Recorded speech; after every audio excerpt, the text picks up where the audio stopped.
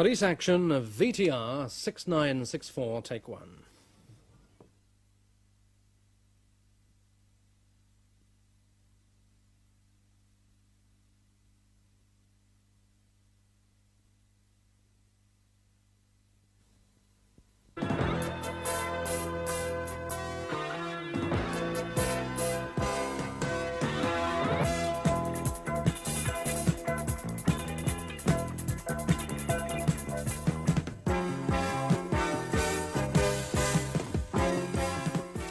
When it comes to playing detective, you can't beat a good clue. Well, there are plenty of those around in tonight's programme.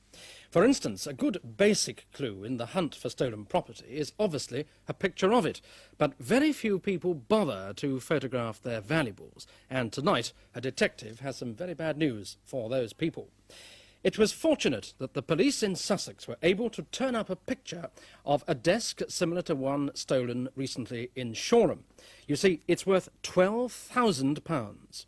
It's early 19th century, bull style, and inlaid with tortoiseshell and brass. The central drawer, which is concave, has a French maker's name together with a Paris address. Whatever happened to that desk? In Hampshire, at Headley near Tadley, thieves got away with £10,000 worth of silverware. And the clues here are crests to be found on some of the missing items. This griffin crest is on a set of 4 George III circular silver coasters. They have fluted sides and they were made in 1802. And this crest is on a pair of George IV baluster-shaped silver candlesticks. The police of Hampshire are very anxious for help on this crime. Now, a detective who spent a decade on the study and investigation of antique and silverware thefts is Sergeant John Souter, who's with me now. Now, Sergeant, going on from that £10,000 silverware raid, to what extent is silverware still a main target for crime?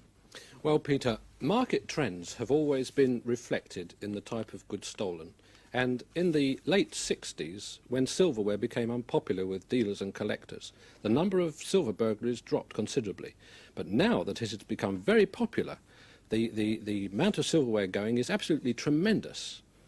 You see, over the years, the police have indeed circulated descriptions of missing silverware in the hope of finding it. I mean, these descriptions have gone all around Britain's police forces. Yes.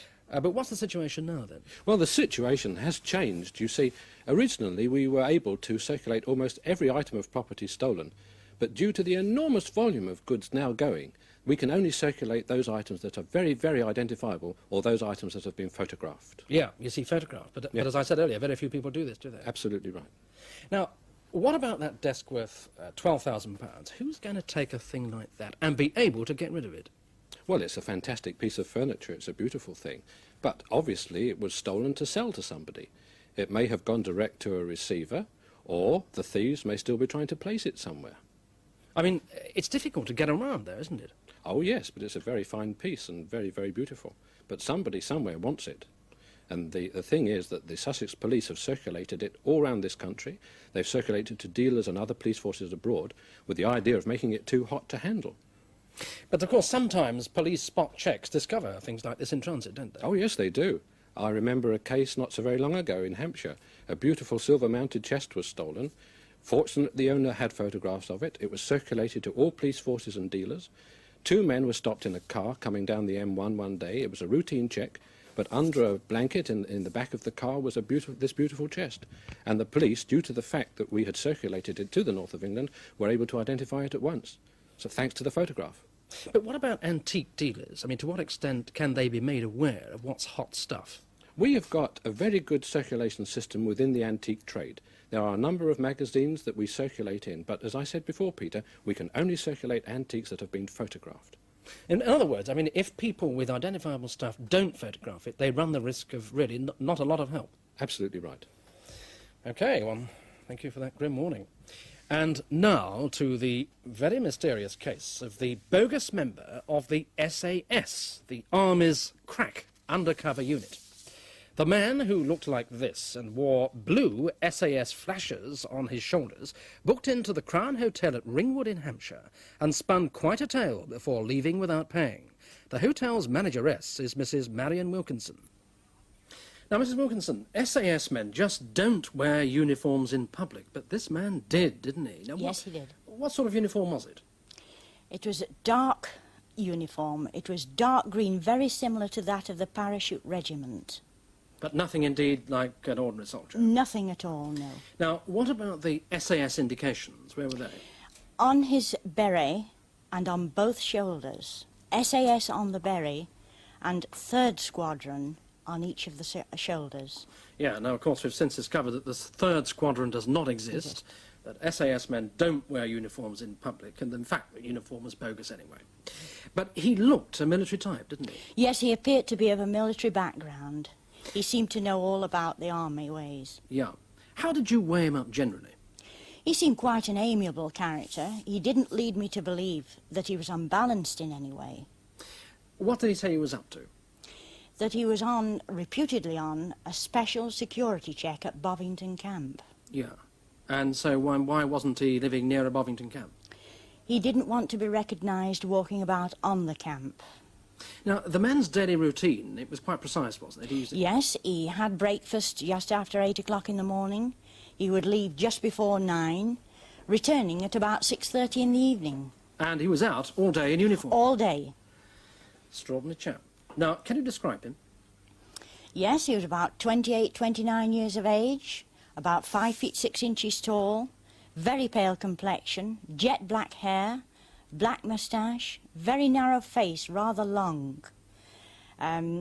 He had on a pair of very heavy jack boots, very thick heels, quite high heels, and very thick soles on them, and not laced like an army boot. And he was carrying? A very big hold-all, Yeah. quite large enough to hold a fully grown suit, a full-type suit. I spoke to Mrs. Wilkinson yesterday.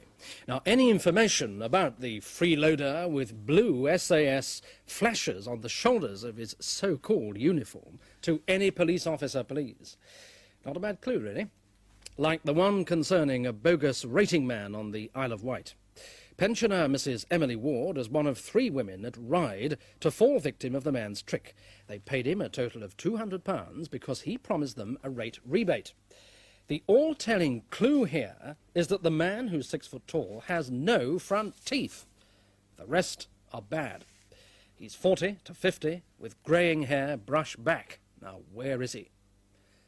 And where are the men who attacked a girl on the A2 in Kent? It happened in Saltcellar Hill at Tenham, near Faversham. Just before midnight last Saturday night, a girl of 16 was walking along that road when a van pulled up in front of her and some men pulled her inside. There was a struggle and the girl was assaulted. And these are the offenders. Man number 1 is 20 and 6 foot tall with broad shoulders. Man number 2, the driver, is 25 and tubby with dark hair. And man number 3 is 18 with blonde, sun-bleached hair. All are of gypsy appearance. The giveaway clue is their dark blue Bedford van with rear windows. It's dirty with reflective number plates. Surely somebody will give the police a ring tonight about these men. And now to the police action spot, reserved exclusively for youngsters. This week's Kiddie Cop, with police details of some stolen vehicles in the south, is 7-year-old Andrew Walker from Homefield Prep School at Southbourne, near Bournemouth. Hello. These cars are very important to be found, so if you do find any, please tell your local policeman or your parents. First number, OMP 856K. It is an orange Audi from Sittingbourne in Kent. Next, GKE 500L. This is a silver Volkswagen from Broadstairs. Next, VOT 829H. It's a blue Morris 1300 estate from Portsmouth. And finally, CFP 85D. This is a blue Cortina estate from Farnborough. Yes, indeed. He meant to say 885D. Well, that's it.